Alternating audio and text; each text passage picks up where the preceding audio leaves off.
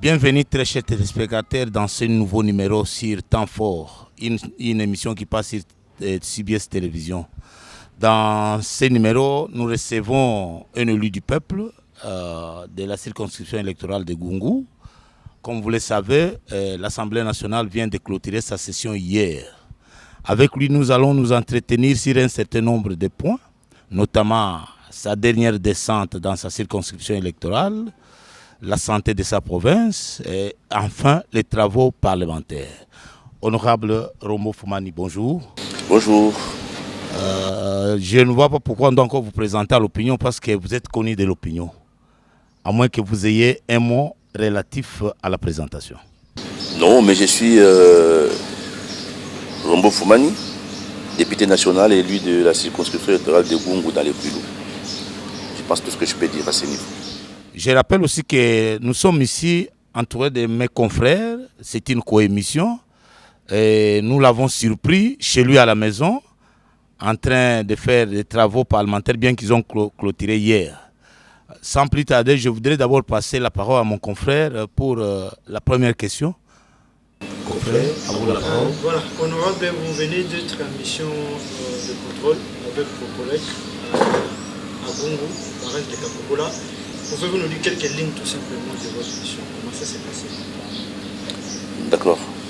Mais avant de vous donner la consistance de la mission, je préfère faire appel à certains faits. Vous savez, l'électricité, c'est quelque chose qui constitue une clé pour le développement socio-économique d'une population ou d'un pays. Mais vous connaissez aussi que les niveaux des taux d'électrification de la République démocratique du Congo tournent autour de 9 ou 10%. Et pour la province de Bandundu, je crois que c'est même inférieur à 4%. Et donc si on faisait Kakobola ainsi que d'autres comment on appelle, centrales, ça permettrait de relever les taux de desserte de la République démocratique du Congo ou les taux de desserte de la province de Kwilu. Mais vous savez aussi que ça fait 11 ans depuis que le projet Kakobola a démarré. 11 ans. Et depuis 11 ans jusqu'à ce jour, je pense que ce projet était prévu de se terminer en 3 ans. Maintenant, 11 ans après, il n'y a encore rien. Les gens de Kikwit, d'Idiofa, de Gungu n'ont pas d'électricité. Et lors de mes multiples vacances parlementaires, j'ai constaté que les travaux étaient à l'arrêt. Je suis arrivé à certains chantiers, j'ai vu que les chantiers étaient complètement abandonnés. Et c'est ce qui m'a poussé à contacter les ministres des Ressources hydrauliques et de l'électricité. Je ne voulais pas le faire seul, je l'ai fait avec quelques collègues de la province du Kwilu, notamment Dédé Mopassa, Joliama, Mambo Katunda. Nous avons rencontré les ministres pour savoir un peu les raisons pour lesquelles le projet était à l'arrêt. Et les ministres des Ressources hydrauliques, accompagnés de gestionnaires de projets ainsi que des entreprises qui travaillent sur ces projets, nous a donné des raisons qui ont fait que le projet soit à l'arrêt. Ensemble, nous avons estimé que certaines raisons n'étaient pas valables et qu'on a donné des propositions pour que les travaux puissent reprendre, en sorte que d'ici là, que la population puisse avoir l'électricité. Au même moment, nous avons résolu tous de visiter les chantiers. Parce qu'on parlait d'un chantier qu'on ne connaissait pas. C'est pourquoi, avec les ministres des Ressources hydrauliques et l'électricité, nous avons décidé de nous déplacer sur Kikwit, Gungu, Idiofa et Kakobola pour nous rendre compte du niveau d'exécution du projet sur les sites. C'est ce que nous avons fait. Donc la première étape a consisté à nous arrêter à Kikwit pour, primo, vérifier l'entreposage de matériel. Nous avons constaté qu'il y a suffisamment de matériel, suffisamment d'équipement pour pouvoir faire avancer les travaux, mais surtout pour terminer Gungu. Donc avec tout ce qui est disponible, tout est là pour la cité de Gungu, donc si les gens se remettent au travail correctement, je pense que dans quelques mois, la cité de Gungu peut avoir de l'électricité. Kikwit et Idiofa vont suivre pour le fait qu'il y a certains équipements des Idiofa et des Kikwit qui sont encore sur les bateaux, d'après ce qui nous a été dit. Et donc, ils vont travailler avec les équipements disponibles, mais ils ne seront pas alimenter les deux villes parce qu'il manquera quelques équipements comme des pylônes d'angle, des trucs comme ça. Et de là, nous sommes allés visiter quand même les postes d'infra où je suis passé pendant les vacances passées et les travaux étaient à l'arrêt, mais cette fois quand nous sommes arrivés, probablement avec les contacts que nous avons eus avec les ministres des Ressources hydrauliques et de l'électricité, une instruction avait été donnée aux entreprises et le travail avait bel et bien repris au poste de l'Institut de la Fraternité à Kikwit. Donc de là, nous sommes allés visiter les lignes, nous avons visité les lignes, depuis Kikwit jusqu'à PK600, jusqu'à Kakobola. Nous sommes rendus compte de ce qui est réalisé et ce qui reste encore à faire. À Gungu, les travaux des postes sont pratiquement terminés. 90%, les équipements sont dedans et raccordés. Il suffisait qu'on tire la ligne pour que les postes de Gungu puissent être énergisés, donc c'est-à-dire mis sous tension. Et nous sommes arrivés à Kakobola où, pour nous rendre compte que les travaux de centrale étaient vraiment terminés, nous avons participé à la mise en service d'un groupe turbo-alternateur. Donc une machine a été lancée, elle a tourné, elle a produit de l'électricité et après on a arrêté parce que ce n'est pas la période. Nous sommes devant un ingénieur qui parle.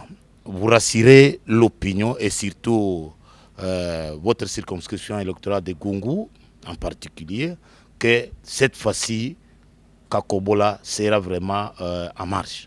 Ça, ce n'est pas un engagement d'un député national. Ça, ce n'est pas mon engagement parce que les travaux sont exécutés par l'exécutif. C'est un projet du gouvernement de la République. Et c'est la raison pour laquelle j'ai amené les ministres là-bas avec les collègues pour que les ministres, qui est la personne habilitée, attitrée, puissent donner un avis par rapport à cette question-là. Mais moi, je ne peux pas dire aux gens si c'est dans 2 mois, 3 mois ou 4 mois ou une année qu'ils vont avoir l'électricité.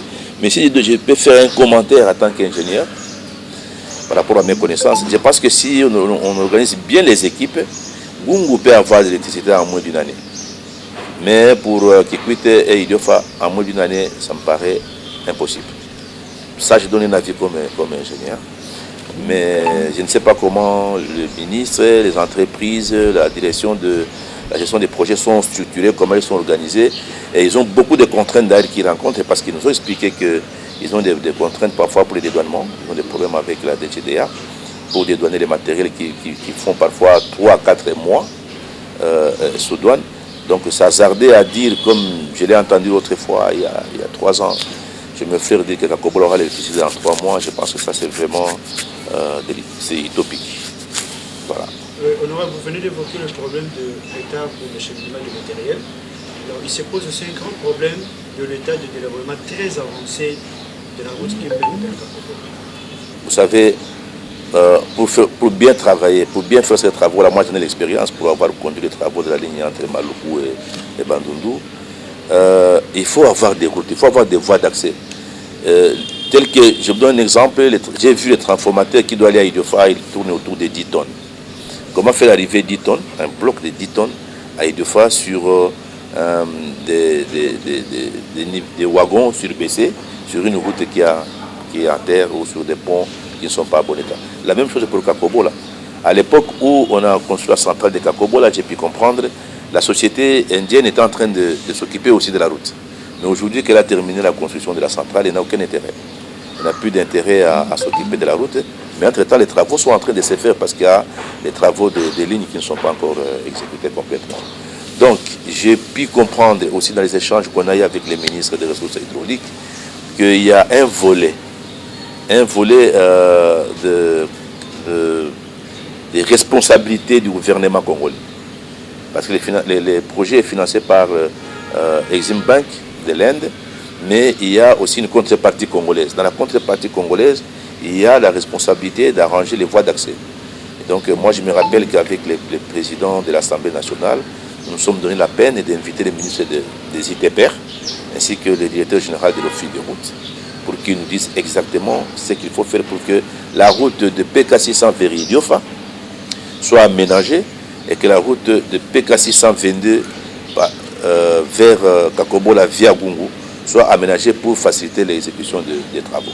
Aujourd'hui, donc, un des éléments qui bloque la bonne avancée des travaux, c'est l'état de la route. Donc, l'état de la route, c'est quelque chose qu'on peut arranger, à laquelle on peut remédier rapidement. Si on mettait quelques nivelaises, quelques compacteurs et tout ça, je crois qu'au bout de 2-3 mois, on peut avoir une bonne route et faire passer les équipements. Et donc, c'est la raison pour laquelle nous sommes vus avec les ministres des ITPR, chez le président de l'Assemblée nationale, l'honorable Bosso, Nous avons arrêté un certain nombre de mesures, c'est une ligne de conduite, mais nous en avons parlé aussi au ministre des Ressources hydrauliques, en sorte que s'il sent un blocage, eh bien, nous, en tant que caucus de députés depuis nous soucier d'avoir de l'électricité chez nous, nous allons coaliser, mutualiser nos efforts avec les ministres des Ressources hydrauliques et de l'électricité pour débloquer un certain nombre de choses. Par exemple, les paiements. Nous n'allons pas nous empêcher de rencontrer les ministres des Finances et même les premiers ministres pour voir comment les paiements de la contrepartie congolaise peuvent être effectués en vue de permettre que cette population-là puisse bénéficier aussi des commodités de la vie moderne et dues à l'électricité. Voilà, honorable, le barrage de Kakobola doit nécessairement servir à combien d'entités, combien de territoires? Non, moi sa capacité, en fait. Non, d'emblée comme ça serait hasardeux. Les barrages tels que, ce n'est pas les barrages, la centrale telle qu'elle est construite aujourd'hui, elle a, avec le groupe turbo-alternateur installé, ça fait 10,5 MW. 10,5 MW. Donc ça signifie 10 500 kW. Et ça, dans un premier temps, les projets visés, les cités de Gungu, Idiofa et Kikwit, ainsi que les villages environnants. Donc, ces cités vont être alimentées. Dans un premier temps, lorsque la centrale va se terminer, qu'on va lancer, c'est sûr qu'il n'y aura pas assez d'électricité. Il n'y aura pas assez de demandes.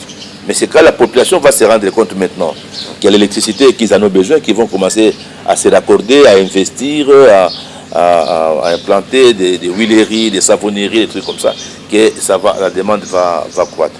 Bon, un jour, cette demande-là, elle va croître et la centrale sera dépassée. Un jour, elle sera dépassée parce que 10,5 MW pour moi, c'est quelque chose, si la population est active, c'est ce qui peut être dépassé dans moins de 10 ans.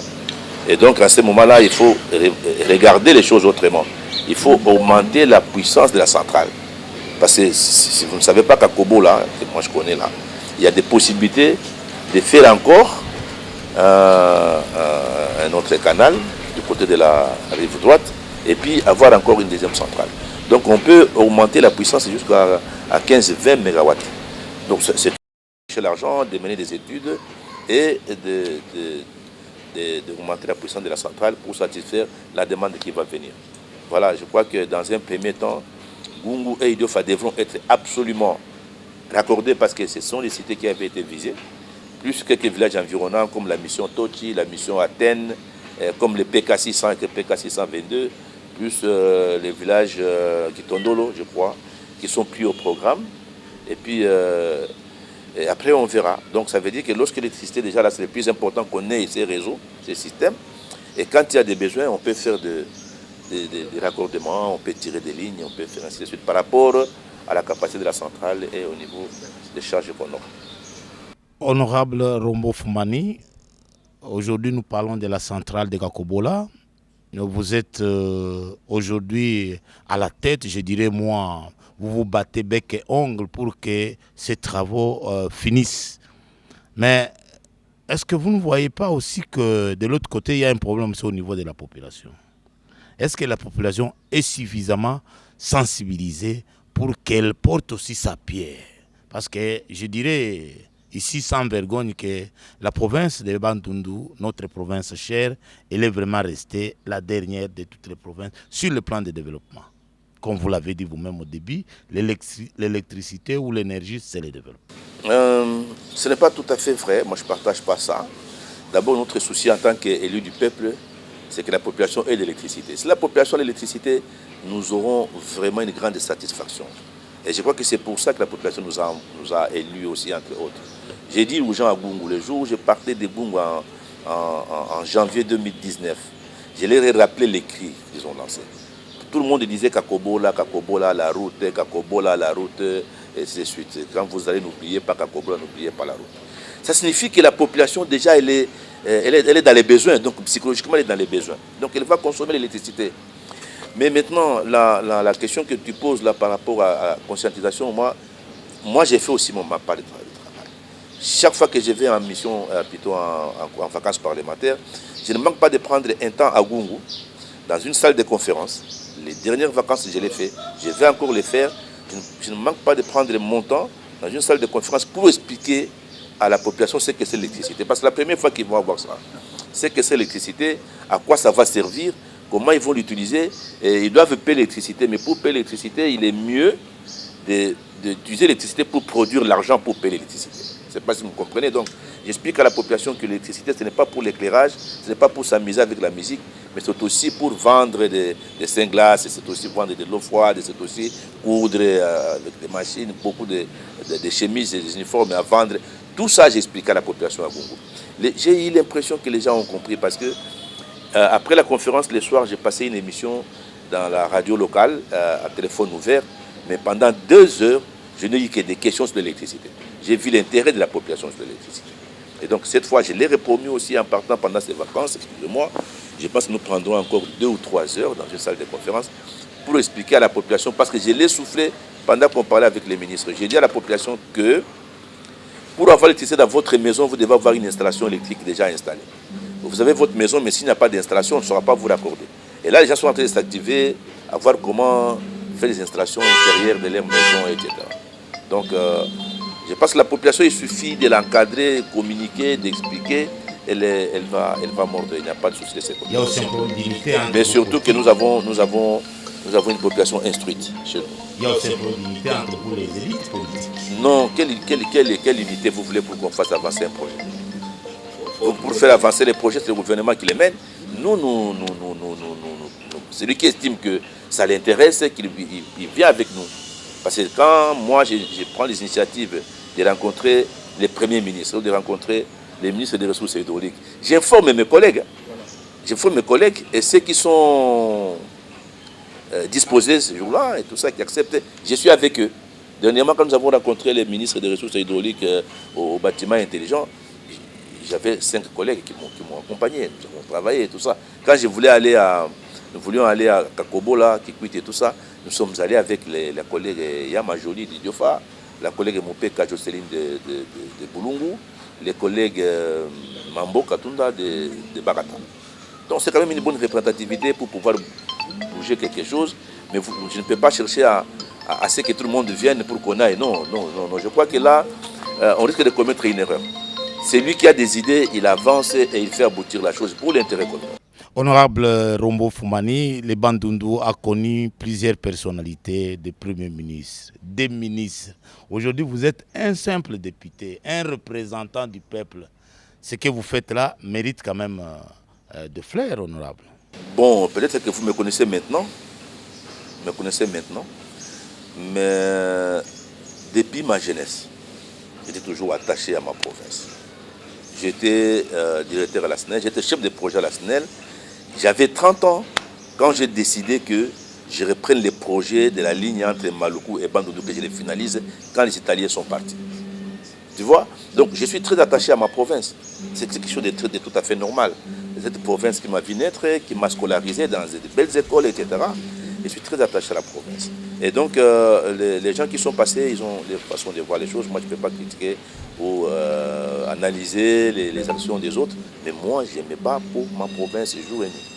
Voilà, donc quelque chose que j'ai fait déjà depuis avant que je ne devienne député national.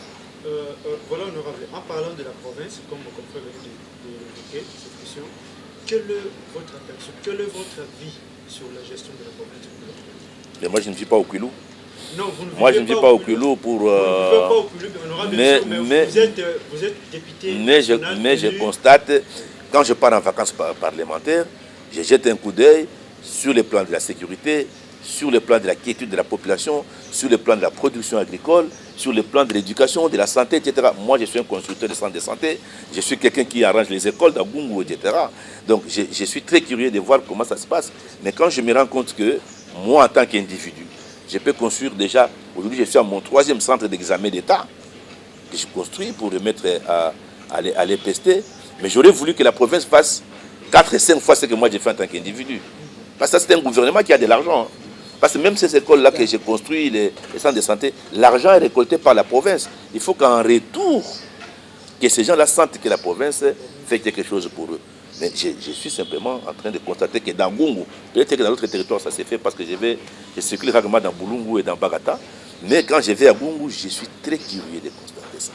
Moi, je viens de construire des ponts dans Gungu, je viens de construire des écoles, je venais de... Maintenant, je suis en train de clôturer un centre d'examen d'État à Mouinda, mais je crois que si moi, en tant qu'individu qui aime sa population, j'ai fait 2 écoles, le gouvernement provincial, qui est une institution de l'État, devait en faire 10. Vous comprenez? Parce que le gouvernement ne les fait pas avec... Ce n'est pas l'argent d'un individu. Mais moi, je les fais avec l'argent de ma famille, au fait. Mais le gouvernement ne les fait pas avec l'argent d'un individu. Il les fait avec l'argent de la population. Alors, deuxième chose, quand je me promène, je vois qu'il y a trop de tracasseries. C'est ce que je constate. Il y a des moments où je me fâche, je chasse les gens. Vous pouvez trouver à chaque croisement des routes. Et quand une fois, je quitte, par exemple, Kandale pour arriver à Mukedi, j'ai croisé 5 barrières. Transport, économie. Donc, tout le monde qui passe avec un vélo doit payer de l'argent. Une maman qui passe avec des couches, je dois payer de l'argent. Ça m'énerve. Je les chasse. Vous comprenez? Je vois que, quelque part, la province n'encourage pas. La province devait plutôt encourager les gens à produire, mais elle rançonne, elle malmène la population. Ça, ce n'est pas possible. Moi, mon idée à moi, je disais, c'est comment assister les hommes d'affaires, comment assister les paysans, pour qu'en revanche, on puisse tirer une fiscalité conséquente. Je ne sais pas si vous comprenez. C'est-à-dire que si on pouvait encourager les fermiers, moi je suis un fermier aussi, hein, j'ai des élevages, j'ai des champs et tout ça. Là, les véhicules sont en train d'aller prendre des sacs de manioc pour faire la ferme. Donc, des étangs. Donc, si on pouvait, l'État, que ce soit au niveau national ou au niveau provincial, pouvait nous assister, nous appuyer, nous, en revanche, on allait produire beaucoup pour des gens à bien manger, mais aussi on allait produire beaucoup pour payer une fiscalité. Mais quand vous ne m'assistez pas, vous venez me demander une fiscalité, ça devient un peu très, très embêtant. Les choses que je constate dans ma province, c'est les problèmes des infrastructures scolaires, ça n'avance pas beaucoup. Les problèmes des centres de santé, ça n'avance pas beaucoup. Parce que moi, à Gungu, là-bas, jusqu'à aujourd'hui, je vois que la province a construit une petite extension à Gungu, cité, mais dans tous les villages que je rencontre, je trouve des grands villages, il n'y a pas de centre de santé. Et quand j'en ai ras-le-bol, je me décide de prendre mon argent et je construis quand même les fils d'une maternité pour que les mamans puissent accoucher. Donc, je regarde maintenant aussi l'aspect de la tracasserie. Il y a trop de tracasseries. Trop de tracasseries. Je ne sais pas, nous sommes allés avec le ministre dernièrement, mais il y avait plein de barrières sur la route. Donc, à un moment donné, 2 ou 3 policiers se réveillent un matin, ils barrent la route. Nous sommes après 622 par exemple pour aller vers Mukedi. À un moment donné, une barrière naît, et puis tu vois des gars qui sont là bien habillés en tenue de la police et tout ça là. Ah, honorable, bonjour, il n'y a pas de l'eau à boire. Ok, parce que c'est honorable, on demande de l'eau à boire. Mais les commerçants qui viennent souffrent. Donc les commerçants qui partent de Luangue jusqu'à Kinshasa. Je l'ai déjà dit une fois, ils rencontrent 25 barrières. Quand ils rencontrent 25 barrières, je vous dis une chose, conséquence. Un sac de manioc ou de maïs produit à Kilembe, quand il arrive à Kinshasa, il coûte plus cher que le sac de manioc ou de maïs qui vient de Mbandaka, parce que là, le bassin Koussou, il a été mis dans un bateau et il est arrivé ici, il n'y a pas eu autant de tracasseries. Mais s'ils ont tous les deux produit ce sac de manioc à 10 000 francs, en arrivant ici, celui de Mbandaka va coûter 20 000 francs. Mais celui qui vient de Kilembe, de chez moi, là-bas à la frontière kassaïenne, quand il arrive ici, il va coûter 80 000 francs. Et donc, je décourage les producteurs de chez moi. Vous voyez, donc, ils sont découragés parce qu'ils sont obligés de vendre à ces prix-là, sinon, ils vendent à perte. Et alors, les gens vont acheter là où c'est moins cher, et ils sont là-bas, tout là, comme on dit, avec leurs marchandises, ils sont obligés de vendre à bas prix. Mais ils n'ont pas de choix. Nous n'avons que l'agriculture, donc ils vont continuer à faire l'agriculture pour venir vendre à faible prix. Donc, je crois que là aussi, les commerçants de Bandundu, de Kouilou, n'est pas encouragé. C'est ce genre de choses-là que moi j'aimerais qu'au niveau de la province, qu'on puisse analyser. Quand quelqu'un produit à Mikoui, il produit à Mikoui un sac de maïs, est-ce que ce sac de maïs, quand il arrive, c'est la concurrentielle avec celui de Mbandaka ou celui qui vient de Tchela? Si c'est ok, bon. Si ce n'est pas le cas, il est cher, alors ça ne sert à rien. Il faut trouver d'autres mécanismes parce que cette forme-là, il produit à perte. Il ne progressera jamais. Donc moi j'ai vu qu'il y a tous les tracasseries et que j'aimerais que la province puisse regarder quand même de ce côté-là. Et troisièmement, il n'y a rien qui bouge sur le plan économique. Il y a quoi qui bouge sur le plan économique dans ma province? Je crois qu'il n'y a rien. Ce sont nos mamans, nos jeunes gens qui se débrouillent à faire les champs à leur manière et tout.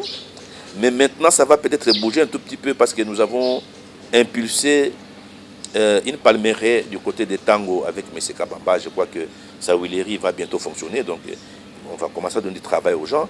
On a impulsé nous, en tant que PIH, on a impulsé une huilerie, un palmeraie du côté de Mouébé, avec les fouellots, avec les jeunes fouellots.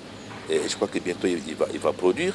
Et puis il y a les projets ProAder avec HPEC, avec une somme dans les pourparlers pour céder un terrain. Et ils ont déjà commencé à monter les usines. Je pense que si nous commençons à avoir des petites usines comme ça, par-ci, par-là, l'économie va se mettre en place. Mais moi, ce que je voudrais, j'aimerais, quand quelque chose se met en place comme ça, il faut que la province s'encourage. Il y a notre collègue Laurent Dolambert qui a un grand palmeraie, une grande plantation à l'Outima, mais qui chôme. On serait tenté de l'encourager pour dire, écoutez, on t'apporte une assistance financière, ou bien on te facilite l'accès au financement, et puis comme ça, tu mets l'usine et tu donnes de l'emploi aux gens. Il n'y a pas à rêver, il n'y a pas autre chose que passer par ce mécanisme. Et si quelqu'un estime qu'il y a autre chose, et notre mécanisme par lequel on peut passer, il peut me contacter, qu'on discute. Mais moi, je pense que c'est décider simplement, de dire, aujourd'hui, cette huilerie doit fonctionner. Demain, telle huilerie doit fonctionner. Telle scierie doit fonctionner. Nous devons appuyer tel fermier pour que... Et c'est comme ça qu'on va relever l'économie de la province. Mais ce n'est pas les discours, hein. Ce n'est ni les discours, ni les voyages, ni la récolte d'argent chez les mamans qui produisent là-bas la route et les chauffeurs. Ça nous amènera nulle part. Donc, je crois qu'il y a beaucoup de problèmes au niveau de la province, mais je ne pense pas qu'elle soit la dernière province. Je ne suis pas là pour classer les provinces. Elle n'est pas la dernière province. Mais je voulais, pour être honnête, mais je voulais dire que nous ne pouvons pas nous contenter avec ce que nous avons, parce que nous sommes nulle part. Il ne faut pas nous contenter. Il ne faut pas dire que parce que les enfants du voisin ont dormi affamés, et donc c'est normal que vos enfants dorment affamés. Non. Les enfants du voisin peuvent dormir affamés, ça c'est la politique avec leur papa. Mais moi, mes enfants, ils vont toujours manger. Voilà un peu les principes qui doivent animer tout dirigeant. Merci. Est-ce que c'est un problème donc? Il y a un peu de tout. Système, homme. Vous avez vu l'MCC, comment il nous a fait des histoires avant qu'on ait aux élections. Moi, je n'aimerais pas commenter ça. Ça me paraît malsain, mal propre. Je n'aimerais pas vraiment commenter ça. Parce qu'il n'y a que quelqu'un qui n'a rien là, qui ne peut pas voir les choses. Mais moi, je ne veux pas commenter ça. Les hommes, peut-être oui, mais les systèmes surtout. On a eu quel système? Moi, je ne sais pas qualifier ça. Ben, vous connaissez bien les systèmes, malgré vous ne dites pas. Bon, moi, je n'ai jamais été obsédé. Donc, je connais les systèmes, mais je n'ai jamais été obsédé. Ces gens, je les ai combattus, ça, je le dis vraiment devant tout le monde.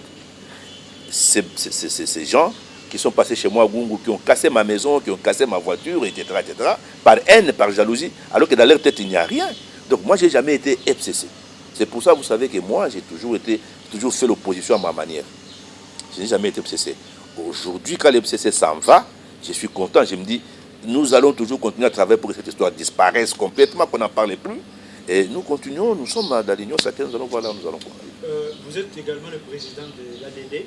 Oui. Quelle est la santé de votre parti? Mon parti politique se comporte bien. Nous n'avons pas la prétention que l'ADD soit installé sur toute la République. Parce que ça demande des moyens. Et aussi dans toute la République, là, vous n'allez pas, vous, aller... Je donne un exemple, vous allez à Malembankoulou, vous allez vous dire, bon, moi je viens planter mon parti à Malembankoulou, et c'est le premier, vous vous trompez. Moi, je suis un enfant qui a été formé par Papa Kamitatou. Il m'a dit ceci. Foumani, tu fais ta politique d'abord dans les Bandou. Et c'est pour ça que tu vois que l'ADD, c'est un parti qui se comporte bien dans les Kwango, dans les Kwilu, et pas beaucoup dans les Maïndombe, mais dans les Kasaï et Kinshasa. Donc, je n'ai pas la prétention, nous n'avons pas la prétention au niveau du bureau politique de l'ADD que ces partis prennent toute la République démocratique du Congo. Parce que Papa Kamitatou me disait, ce n'est pas, tu vois, les pays, les vastes, ne te donne pas cette peine-là. Maîtrise chez toi et tu trouveras toujours des alliés dans la province orientale, tu trouveras des alliés dans les Kivu, avec lesquels tu feras la politique de la République démocratique du Congo. Parce que toi, on t'aime bien chez toi au Kilo, mais il y a quelqu'un qu'on aime bien chez lui et qui a aussi fait un parti politique, créé un parti politique comme toi. Et donc, le plus important, c'est de vous mettre ensemble. Aujourd'hui, nous sommes dans l'Union sacrée pour faire quoi? Nous coalisons nos efforts pour que nous puissions conduire le pays de l'avance, le leadership d'une seule personne. Il n'y a jamais deux chefs pour conduire une institution. Bon, pour terminer, d'ailleurs, là, il y a beaucoup d'idées, beaucoup de questions qui me viennent en tête. Parlons de l'Union sacrée. Comment ça marche, votre structure? Mais qu'est-ce que vous avez vu qui ne marche pas? On est là. C'est une union des hommes et des partis politiques, des regroupements, des gens sûrs qui sont en train de vouloir mettre en place un système qui doit révolutionner le mental de la population congolaise pour que tous, pour l'amour de notre pays, nous puissions travailler pour les développer. Parce que il y a beaucoup de choses qu'on ne peut pas dire ici.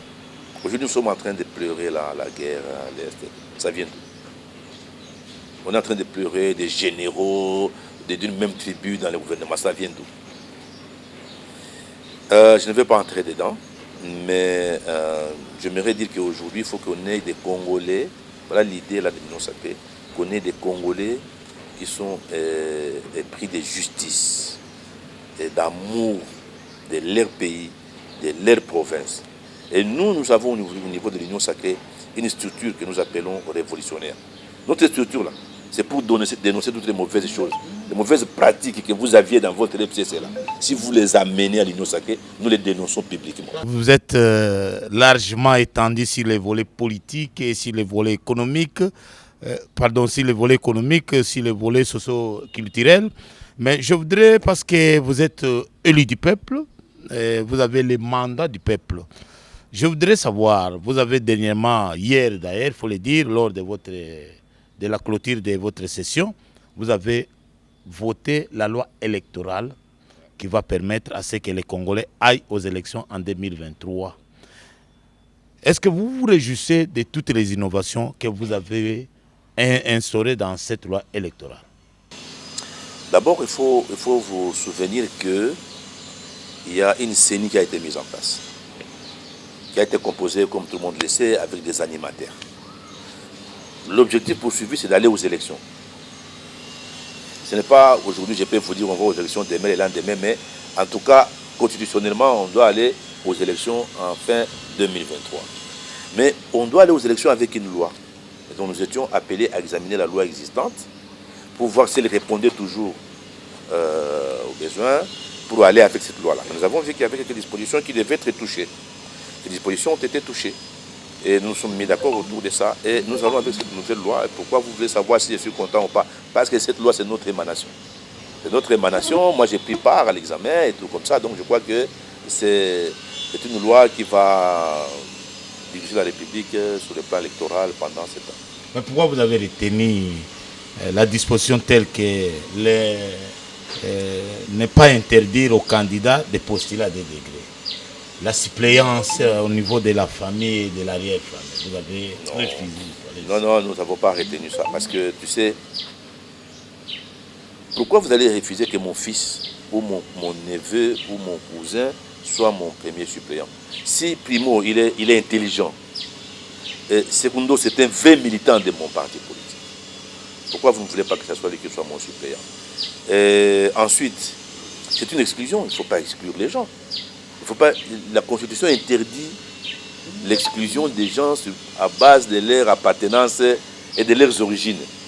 Donc, ça dit que monsieur ici, il a les mêmes origines que moi, donc il ne peut pas être mon suppléant. Ça n'a aucun sens. C'est une exclusion. Sinon, nous allons aller à l'encontre de la Constitution de la République. Donc, nous avons rejeté cette disposition-là, on l'a rejetée. Et puis, c'est représenté à des niveaux aux élections des mêmes degrés. Non, il n'y a pas de problème. Moi, je suis président d'un parti politique. J'ai mon militant que vous êtes. Vous êtes un militant très fort et vous avez une popularité. Bon, je voudrais avoir un député national et un député provincial. Pourquoi je vais vous empêcher de vous représenter aux deux endroits? Alors que j'ai besoin de vous. Donc, ça veut dire que de ce côté-là, il n'y a même pas non plus un problème. Vous avez, même en France, vous avez déjà vu quelqu'un qui est maire d'une ville, mais il est député. Mais le plus important, c'est de choisir une des fonctions. Parce qu'on ne peut pas exercer des fonctions éligibles. Donc, c'est incompatible. Donc, vous allez choisir, comme moi j'ai choisi en 2019, d'être député national, et j'ai cédé la fonction de député provincial à mon suppléant qui n'est heureusement pas les membres de ma famille, qui n'est même pas de mon village, qui n'est même pas de mon secteur. Voilà, donc ça aussi nous avons rejeté pour ces raisons. Honorable député, vous avez eu le courage. Je dirais l'Assemblée a levé une forte option au niveau de sa chambre, celle d'invalider les députés nationaux à cause des absences dans les travaux parlementaires. Vous pensez que la Chambre basse du Parlement a fait un bon travail dans l'opinion? Je crois que la Chambre basse a travaillé dans le cadre de l'exercice de son travail. C'est réglementaire. Nous avons conçu les règlements intérieurs de l'Assemblée nationale. Dans ces règlements intérieurs, il est dit que si quelqu'un s'absente d'un quart de plénière d'une session, il est considéré comme un déserteur, si on peut parler comme ça. Donc, qu'est-ce qu'il faut faire? Il faut respecter les règlements intérieurs. Monsieur le journaliste, nous sommes des élus du peuple. Nous sommes des députés. Nous sommes des honorables. Je répète et je martèle sur le terme honorable. Notre conduite doit être la conduite des honorables. C'est nous qui devons montrer l'exemple dans cette République. La population nous fait confiance, elle nous envoie à l'Assemblée pour la représenter et nous ne venons pas. Qu'est-ce que ça veut dire ça? Et demain, nous allons repartir de la même population pour demander de nous faire encore confiance. Non, ça, c'est pas sérieux. Moi, là, j'insiste vraiment, ce n'est pas sérieux. On est député et on doit rester honorable. Ou bien on ne veut pas, ça ne sert à rien de flouer une population. Donc, je suis élu de Gungu. La population de Gungu attend que je participe aux travaux, même dans les commissions. Ok? Dans les commissions, c'est là où il y a les gros des travaux des députés. Je suis absent. La population de Gungu veut que je regarde dans les budgets de la République ici, pour les budgets 2022, 2023, quelque chose comme ça. Gungu est pris en charge. Je suis absent. C'est les autres qui décident à ma place. Mais je ne fais pas mon travail. C'est pour cela que l'Assemblée elle-même a élaboré son propre règlement intérieur. Ce règlement intérieur est opposable à tout député. Il est opposable à tout député. Il n'a pas de députés, comment je peux dire, voilà. C'est comme la Constitution est opposable à tous les Congolais. C'est une loi. Il n'y a pas un super Congolais à qui on ne peut pas opposer la loi. Donc, nous sommes censés respecter notre règlement intérieur.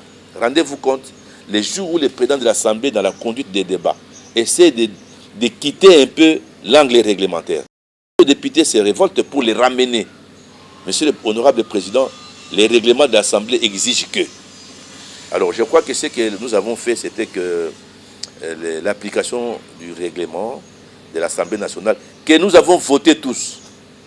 Même les députés que vous avez vus là-bas qu'on a invalidés, ils ont pris part à la séance au cours de laquelle nous avons validé ces règlements intérieurs. Donc, il est opposable à tous.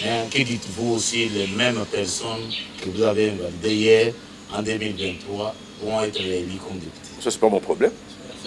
C'est leur affaire. C'est leur conscience. Quel est le message que vous lancez à l'opinion? Excusez-moi. C'est leur conscience, ce n'est pas mon affaire. Moi, j'ai ma conscience, qui est différente de la vôtre et de la leur. Mais c'est aussi la population, les électeurs. Quelle lecture ils font de ça? Ça, c'est leur affaire. Moi, je ne peux pas influencer. Surtout que dans ma circonscription électorale, on a invalidé personne. Donc, je n'ai aucun commentaire à faire. Dans ma circonscription électorale, tous les 4 que nous sommes, personne n'a été invalidé. Ça dit que nous nous présentons quand même aux séances plénières. Mais s'il y avait quelqu'un de Gungu, par hasard, allait tomber dans cette affaire-là, il devait savoir qu'en 2023, il ne pouvait pas rentrer à Gungu. Parce qu'il allait travailler la population. Mais tous, nous allons quand même en plénière, tous les 4. Moi, je regarde, tous nous sommes toujours là présents et tout. Dieu merci. Nous sommes là, donc nous avons nos chances intactes pour rentrer encore vers la base, leur expliquer qu'ils nous fassent confiance. Voilà. On ne peut pas terminer sans dire un mot sur la situation de l'Est. Vous êtes élu du peuple, vous êtes vraiment de cœur avec la population de l'Est. Ça se voit. D'ailleurs, vous avez décidé de cotiser pour soutenir nos FARDC. Quel est votre commentaire à cela? Non, moi, personnellement, je pense que c'est un problème très sérieux. C'est quand même assez sérieux. Tous les Congolais doivent prendre conscience. Tous les Congolais doivent prendre conscience dans ce sens que nous sommes un corps, la République démocratique du Congo. Lorsqu'on ampute un doigt, tout le corps est malade. Et puis, nos frères sont en train de mourir. Je ne sais pas si nous, à Kinshasa et à l'Ouest, nous sommes conscients de ça. Parce que nous sommes Congolais, nous pensons qu'il faut que ça arrive dans votre famille pour que vous puissiez comprendre. Il n'y a pas longtemps, on a dit aux gens ici qu'il y a le corona. Protégez-vous. Mais j'ai vu des gens en train de protester. Dieu merci, parmi ceux que je connais qui protestaient, il y a un qui a attrapé le corona. J'ai dit, mon cher, vous attendez qu'il y ait d'abord des morts dans votre famille pour que vous puissiez comprendre. Donc les Congolais du Congo central, du Kassai, du Grand Bandundu, de l'Équateur, attendent qu'il y ait une guerre chez eux pour comprendre que là-bas, ces atrocités-là sont en train de faire mal à la population congolaise. Moi, je pense que nous devons nous unir pour assister nos frères et sœurs qui sont en train de mourir, dans la mesure du possible, et puis ensuite voir un peu avec notre armée ce qu'il faut faire pour qu'elle puisse vraiment sécuriser le territoire national. Pour terminer ça, je vais vous dire une chose. Je venais d'Addis Abeba, il y a un mois, je crois, ou 3 semaines. J'étais surpris parce que j'ai rencontré le ministre des Ressources hydrauliques et électricité d'Éthiopie. Il m'a expliqué une histoire qui m'a surprise. Il dit il vient d'inaugurer une grande centrale hydroélectrique sur le Nil. Cette centrale a été construite avec l'argent, la cotisation des Éthiopiens. Suivez-moi bien. Chaque Éthiopien mettait chaque mois $10. Les étudiants souscrivaient même pour $1. Tout le monde, chaque Éthiopien, même les paysans au village, ils mettaient $10 chaque mois. Et avec cet argent, ils ont construit la centrale. Est-ce qu'au Congo, nous sommes capables de faire ça? Non. Nous n'avons pas encore atteint ces niveaux-là. Mais nous devons progresser vers là. Déjà, pour construire une centrale, la population même construire sa propre centrale, elle va respecter cette centrale-là. Mais maintenant, à fortiori la vie des hommes. Si on touchait à la vie des Éthiopiens, ils allaient bagarrer tous, ils allaient se cotiser de l'argent pour protéger les frères. Maintenant que nous avons des problèmes à l'Est, pourquoi nous ne pouvons pas nous cotiser? Nous pouvons nous cotiser de l'argent. Vous buvez de la bière chaque jour à Lingwala. Je vous vois quand je passe. Donc vous buvez de la bière à Lingwala chaque jour. Pourquoi vous ne pouvez pas vous priver des Tembo d'une soirée pour que cet argent-là, qui fait 8 000 francs, ça veut dire $4, puisse entrer dans une caisse qui doit aider nos frères qui sont en train de souffrir à l'Est et les militaires qui vont au combat. Donc je crois que nous sommes tous déterminés à faire quelque chose. Quand le président de l'Assemblée est venu avec la proposition de cotisation des députés, nous avons dit, en tout cas, qu'on nous retranche l'argent sur nos émoluments et qu'on mette dans la caisse pour secourir nos militaires qui sont au fond. Il faut les encourager. Hein. Mais j'espère que cet argent va vraiment bien. Les présidents demandaient qu'on puisse payer de vivres. J'espère que si c'est l'argent, ça va, tu connais, non? Ça va se vaporiser. Donc maintenant, c'est des vivres et ces vivres seront accompagnés par nos collègues. Pour aller les distribuer aux militaires. Donc c'est tout à fait normal. C'est notre responsabilité en tant qu'Assemblée nationale de chercher des voies et moyens pour qu'on mette fin à cette guerre, mais surtout, en tant que députés, nous avons un mandat national et nous devons contribuer pour que la guerre prenne fin. Merci, honorable. Nous arrivons à la fin de notre émission. Un dernier mot par rapport à cet entretien si riche. Moi, ma dernière parole ici, c'est surtout les 2 choses sur lesquelles je vais revenir. Je suis Kakobo là. Je pense que tous les fils de la République démocratique du Congo, d'abord pour le souci de croître la desserte agricole, mais surtout les fils de Kouilou, ils devaient tous se mettre autour de ces projets comme un seul homme, pour que les Kouilou puissent au moins bénéficier d'une énergie électrique permanente et fiable, qui peut booster le développement. Il faut que nos huileries, nos ateliers, nos scieries et tout ça soient raccordés sur un réseau électrique. Moi, j'ai des intérêts à Kipiti, mais je vois comment je souffre pour le carburant. Et puis ensuite, je vais appeler nos frères de Kouilou de cultiver cet esprit-là d'aimer la province. Et donc, une des façons de montrer que nous aimons la province, c'est que ces projets se terminent pour que nous puissions penser à d'autres projets. Pourquoi on ne peut pas maintenant se pencher sur l'alimentation de Barata, qui est à moins de 100 km à vol d'oiseau, pour une alimentation avec une ligne à moyenne tension? Je le répète toujours. Mais comment nous allons imaginer Barata aujourd'hui ou Massimani pendant que nous pataugeons? Alors, nous allons nous coaliser à tous les niveaux, tous les groupes sociaux de la province. Nous pensons que nous pouvons faire un peu du lobbying pour que ces projets se terminent. Parce que 11 ans, c'est trop quand même. N'importe qui ne va pas comprendre ça. La deuxième chose, c'est le problème de la guerre. Je viens de le dire ici.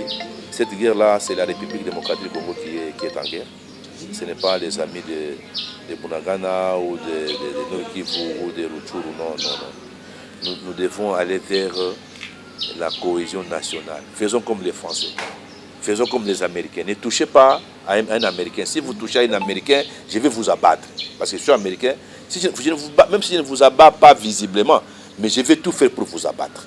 Donc si nous arrivons à avoir cet esprit-là, je pense que ces grands pays, le Congo ici, avec ses richesses, avec sa fertilité du sol, avec son fleuve, avec tout, personne ne va s'amuser avec ces pays. Et regardez, un collègue me disait hier que tous les pays qui entourent le Congo sont des petits pays. Il n'a pas un grand pays. Ça veut dire que même la population sans armes peut décider de marcher sur une république voisine et la détruire. Mais ne nous mettons pas à pleurer tout le temps. Donc, j'inviterai les Congolais à prendre conscience, à réveiller leurs esprits et à être un peuple courageux, un peuple qui voit grand, un peuple qui s'estime, pas un peuple qui se sous-estime, etc. Bon, quant à l'invalidation, moi je pense que c'est un non-événement. Merci beaucoup. C'est ici que nous mettons fin à cette émission, chers téléspectateurs. Nous avons reçu pour vous un élu du peuple, l'honorable Rombo Fumani de Gungu. J'espère et je crois qu'il reviendra encore en 2023. Merci et portez-vous bien.